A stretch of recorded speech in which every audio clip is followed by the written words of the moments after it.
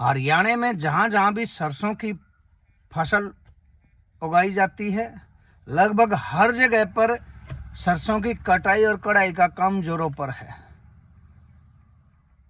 दूसरी तरफ सरकार ने अभी तक सरसों की सरकारी खरीद की कोई तारीख का ऐलान नहीं किया है। ऐसे में किसानों के माथे पर चिंता की लकीरें साफ दिखाई देती हैं कि जिस सरसों की कटाई चल रही है, कढ़ाई का काम चल रहा है और दूर दूर तक सरकार उसको लेकर के गंभीर दिखाई नहीं दे रही है, खरीद का कोई ऐलान नहीं हुआ, तो आखिर उस सरसों को कटाई और कढ़ाई के बाद किसान लेकर के कहां जाए। ऊपर से मौसम विभाग की भी जानकारी को समझा जाए तो मौसम खराब की भी बात कही जा रही है। अगर किसान कढ़ाई और कटाई में ढिलाई बरतता है तो मौसम के भय से जो सरकार एमएसपी के नाम पर बहाने ढूंढती है कि इसका कलर फेड हो गया, इसमें नमी होगी, ये सारी चीजें का भी डर किसान को सता रहा है। तो हम सरकार से ये मांग करते हैं कि हरियाणा के अंदर सरकारी सरसों की खरीद का तुरंत ऐलान किया जाए और हरियाणा की सभी मंडियों के अंदर सरसों खरीद के पुख्ता इंतजाम किए जाएं।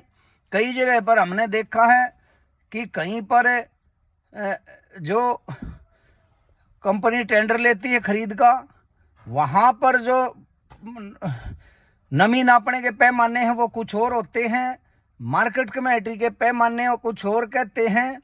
इस तरह से लोग किसानों के साथ लूट खसोट मचाई जाती है और कहीं कहीं पर किसानों को पहले उनकी सरसों को नमी या किसी बहाना बना करके रिजेक्ट कर दिया जाता है, फिर उसी खरीद को ज्यादा सरसों लेने के बदले में पास करके ले लिया जाता है और किसानों से अन्य अधिक सरसों तोली जाती है।